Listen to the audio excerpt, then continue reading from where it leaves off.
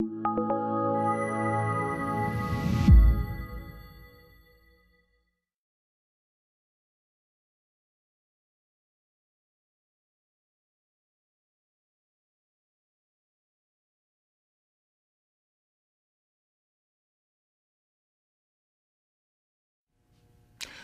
back to our next segment of an introduction to Austrian economics. This time we're going to be discussing economic calculation and market profit and loss. We talked in an earlier discussion that every human choice involves a weighing of a cost and a benefit, the deciding between two alternatives, and based upon that decision, deciding which is preferred more and which is preferred less. From the individual's point of view, the alternative that is selected, therefore the choice to be pursued, is viewed as the benefit. The alternative that is foregone, either again for a day or forever, is the cost of your choice, that next best alternative that you would have chosen to do if you had not valued more highly an alternative course of action. Now, from this Austrian view of it, another important insight is present. And that is the very notion of cost and benefit contains within it, is inseparable from the ideas and the concept of profit and loss. To say that you are choosing between two alternatives and that you decide that A is preferred to B, you would prefer the benefit of the A alternative, even if it involves you having to give up the B alternative, is to say that on net, all things considered, the selection of one alternative over the other will give you a sense of improved well-being, a gain in satisfaction, a net improvement in your circumstances. That sense that in your mind you will on net be better off, improved in your circumstances, happier, more satisfied. That sense that this will make you better off than that which you forgo, that net gain is your anticipated profit from your course of action. Now, of course, not every choice that we undertake turns out the way we want. Again, to use an example, suppose that you decided to go to the movies and to forego 2 hours of your time and $10 for the ticket that could have been used for something else because you thought that the entertainment of the film would be worth the trade-off of what you had to forego. You come out of the theater and someone asks you, what did you think of it? And you tell them, that's the worst movie I ever saw. The acting was terrible, the plot line was boring, and to be honest, I practically fell asleep. You might very well say within yourself that when I say that is a waste a waste, you're basically saying that those 2 hours of time and what that $10 that the ticket cost you for what it could have been used for instead was of greater value than what you gained. And implicitly you're saying that you suffered a loss. On net, I've been made worse off due to my choice. Now this again is present in all and every human action. In the marketplace, we think of these in money terms, which we'll be talking about in a minute. But even when we're talking about Robinson Crusoe, isolated and alone on his desert island, having to make his choices as to how best to use his time and his resources and his knowledge to be able to satisfy his basic needs to survive on the island, each and every day, he is deciding, do I pick more berries or do I wade into the lagoon to try to catch some fish? And when he chooses one course of action over the other, he's basically saying at that moment, in that instance, taking the time and my own effort to pick a few more bushels of berries will on net make me better off than the attempt to capture another fish or two by wading into the lagoon. That is the profit of his choice. He, at the end of the day, may regret that he hadn't tried to catch fish because now he decides that he really didn't want to eat as many berries as he'd collected. But whether it ends up as a profit or a loss, it is inescapable from every choice that he makes. And furthermore, every action that we undertake is therefore profit-driven. Profit is not something that is undertaken only by the businessmen in the marketplace, by the greedy capitalist, as some try to portray it as. The profit motive is inherent in the very notion of human action in which choices must be made because of the inescapability of scarce means to achieve our ends. Now, elements of this cost and benefit have been emphasized by an economist who was very similar and in some ways parallel to the Austrians, and that is a Nobel Prize-winning economist named James Buchanan. He was one of the founders of what's called public choice theory. But he wrote a great little book, in my opinion, called Cost and Choice, and a number of essays on these themes.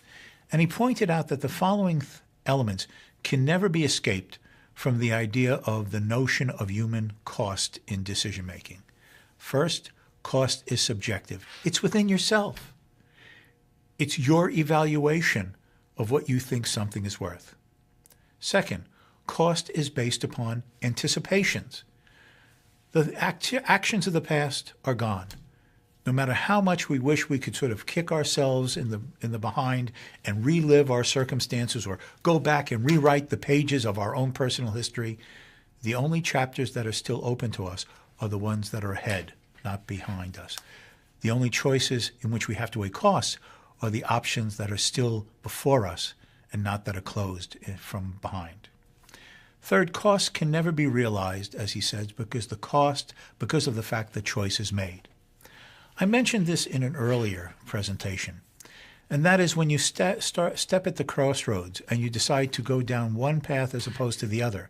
The fact that you took this road and traveled it through real historical time means that the other course not taken is never experienced. You don't know how it would turn out. You don't know what events or activities you might have undertaken if you had followed that path. You don't know its realized history because it never had its realization. It is a might have been that worked on your mind, but it is a not have been. Fourth, the cost cannot be measured by anyone other than the chooser. We think in the marketplace of measuring costs, how many dollars this cost me or how many hours I gave up to do things. But in the real sense, if we understand that what an individual is choosing among are the alternative ends or goals for which common means might have been used, then you realize that it cannot be evaluated, measured by anyone by the decision maker. I may spend available means of money and time and my labor to do one thing or another.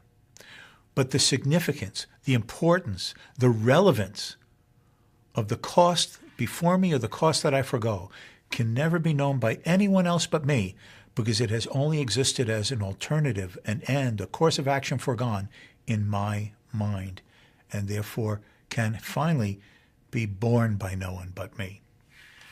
And finally, Buchanan suggested that cost can be dated at the moment of final decision or choice.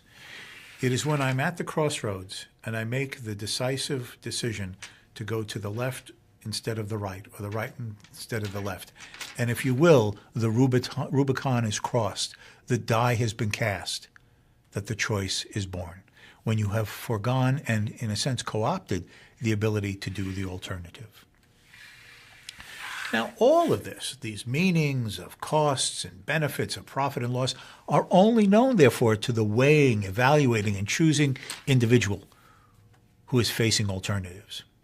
But how do we then apply this? How do we give it relevancy or meaning or, if you will, a degree of objectivity in the marketplace? This is done through the emergence of market prices. The institutions of the market economy enable individual subjective valuations to be transformed, in a sense, into measurable magnitudes for purposes of what the economists, especially the Austrians, have called economic calculation. Now, the Austrians have argued that there are three inescapable and inherently necessary institutions that must be present and effectively functioning for subjective costs and benefits, profits and losses, to have this objectivized form for purposes of actual calculation. First, there must be private ownership of the means of production. Things must exist, and people must own them and have the ability to buy and sell them, so that through the buying and selling they can demonstrate, they can manifest, they can express to others in the prices they would be willing to pay or the prices they would insist upon having, the objectivized form in those prices of what they think things are worth, and therefore what they would be willing to give up to get something else. This means that market exchange must exist for both consumer goods, the finished things that we buy in the supermarkets and the stores, and for the factors of production, the land, the labor, the resources, the raw materials, the capital equipment. So all of these can be owned, evaluated by the owner, and decided what value he places upon them, and express it in the form of what he would be willing to give up or he insists on having in exchange for something else. And finally, there must be a medium of exchange, a money that can serve as the common denominator through which all of the things in the marketplace can be expressed in terms of a common unit for comparison, evaluation, judgment, and decision. As Mises himself said in his famous book on socialism, capitalist economic calculation, which alone makes rational production possible, is based on monetary calculation. Monetary calculation provides a guide amid the bewildering throng of economic possibilities and gives direction and purpose and orientation to everything that people do. Therefore, it is competitive markets and market exchange that enables the emergence of money prices. What is it that you would be willing to take to sell me something? What am I willing to pay to get it? And therefore the valuations are expressed in a common form that all can compare and judge, evaluate. But while prices do this, in the market economy, the essential actor for whom these prices are most important in the social system of division of labor is that person who we talked about earlier, and that is the enterprising entrepreneur. He is the focal point. He's the hub of the economic wheel who connects everything and everyone together as if through the spokes that center on the hub of the wheel. How so? He is the one in that division of labor who takes upon himself the decision-making, the judgment, and the uncertainty of what to produce, how to produce, where to produce, in what quantities to produce, and for whom, and in what possible prices. He is the one who evaluates and decides what could be more profitable and less profitable, what combination of resources would minimize my expenses, which line of production could earn me a profit, which one, given the expenses relative to what I think consumers would pay, might generate me a loss, and one, therefore, I would choose to set aside. Now, what is crucial in this is that while prices are objectified evaluations, at the same time, the prices that the entrepreneur is concerned with is neither the prices of the past nor the prices of the immediate present. These are merely symbols and signs and indicators that the entrepreneur uses as baseline elements to make a judgment about the possibilities that still lie ahead in the future. The entrepreneur, as we already saw, is someone who imagines the possible shape of things to come. What is it that consumers would want? What value might they place upon it? How might the resources be combined if I purchase, hire, rent, or borrow them? How long and what forms will the production processes take? And if I undertake production processes of this type with these expenses, will the revenues that I might earn be greater or less, and therefore earn me the profit I hope for, or generate the loss that I would prefer to avoid? These future evaluations are in the mind of the entrepreneur. In this sense, the entrepreneur creates his profit opportunities by the way he sees the possibilities of the future. Again, Ludwig von Mises emphasized this very clearly and succinctly when he said the driving force of the market process is provided neither by the consumers nor the owners of the means of production, land, capital goods, and labor, but by the promoting and speculating entrepreneurs. These are the people intent upon profiting by taking advantage of what they perceive or imagining as the possibilities in the prices of the present and of the future. As he said, it is the entrepreneurial decision that creates profit or loss. It is mental acts, the mind of the entrepreneur, from which profits ultimately originate. Profit, as Mises said, is a product of the mind, of success in anticipating the future state of the market. It is a spiritual and intellectual phenomena, and not merely an objective amount of sums of money or uses of resources or quantities of labor. It is the creative act of the entrepreneur in his fantasizing and imagining of the future that shapes the possibilities of profits that may arise. Now, Mises' student, who I've also talked about, Israel Kirzner, and who has devoted a very systematic and developed conception of the entrepreneur, in fact used this type of notion of the entrepreneur alert to opportunities and creatively taking advantage of them. He saw this as a basis that could serve as an ethical justification for profit. The entrepreneur sees opportunities. He observes in his mind potentials and resources and their uses. And as such, he sees things that were not there before, Kirzner says. And by seeing things that were not there before, he therefore brings them into existence as resources, ways of doing things, and as finished products that creatively and innovatively and realistically would not have ever had their materialization if not for his mind and the actions that he undertakes on their basis. And as such, Kirzner says that common sense and everyday senses of intuitive reasonableness suggest that profit follows logically from a finder's keeper's sense of the ethics of a person who discovers things first has a right to keep it.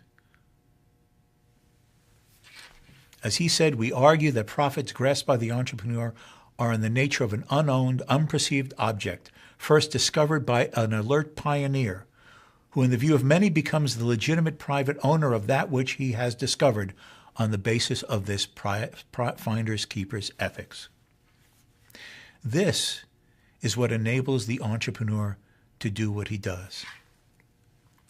Mises often emphasized that economic calculation is in fact the building block, the compass, without which rationality of deciding what to produce and how to produce, and to combine all of the heterogeneous physical things of the world, can be reduced to a common and simple, homogeneous denominator through which all in the complexity of the world can be compared and evaluated by a simple standard that enables a judgment, profitable or not, more profitable, less profitable, loss-making or not, and therefore act in ways that can satisfy the consumers while efficiently using the resources and raw materials at people's disposal to get the most out of what we have in the pursuit of that cooperative competition that enhances the wealth and prosperity of all in the society. Until next time.